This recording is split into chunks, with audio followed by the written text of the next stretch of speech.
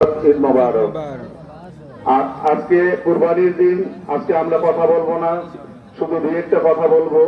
কথা হলো, আপনারা জানেন আমাদের থেকে এই রোজা থেকে এই কুরবানি ঈদ পর্যন্ত আমাদের মাঝ থেকে দুজন লোক আমরা তাদেরকে চিরতরে বিদায় দিতে হয়েছে। একটা হয়েছে শহীদুল্লাহ মুন্সি সাহেব দক্ষিণ পাড়া, আরেকজন হয়েছে আমাদের বন্ধু আমার সমবয়সী আবু তাহের সরকার। আপনারা তাদের বিদায় রোহের জন্য দোয়া করবেন, খাস করে তারা যেন জান্নাতের উচ্চ মাকাম দান করেন।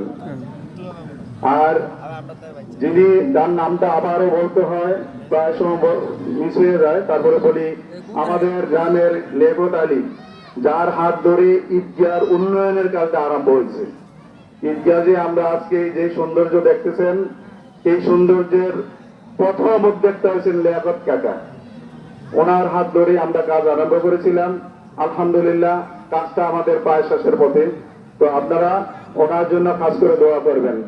আর আমাদের ঈদগাহের সাবেক সভাপতি আমাদের বড় ভাই আবুল কাসেম সাহেব, উনি উপস্থিত আছেন, ওনার জন্য খাস করে দোয়া করবেন। ভাই সাহেব কি যেন অসুস্থ, আল্লাহ যেন তাকে সুস্থ করে। আর বিশেষ করে আমাদের মুক্তিযোদ্ধারাও অসুস্থ, তাদের 80-র কোঠায় তাদের বয়স, তাদের জন্য খাস করে দোয়া করবেন। আমাদের আসলে আমাদের গ্রামের মুরব্বীর সংখ্যা একদম কম, আমরাই মুরব্বীর পর্যায়ে চলে গেছি। হাতে গোয়া 10-15 জনের বেশি মুরব্বী দেখা যায় না।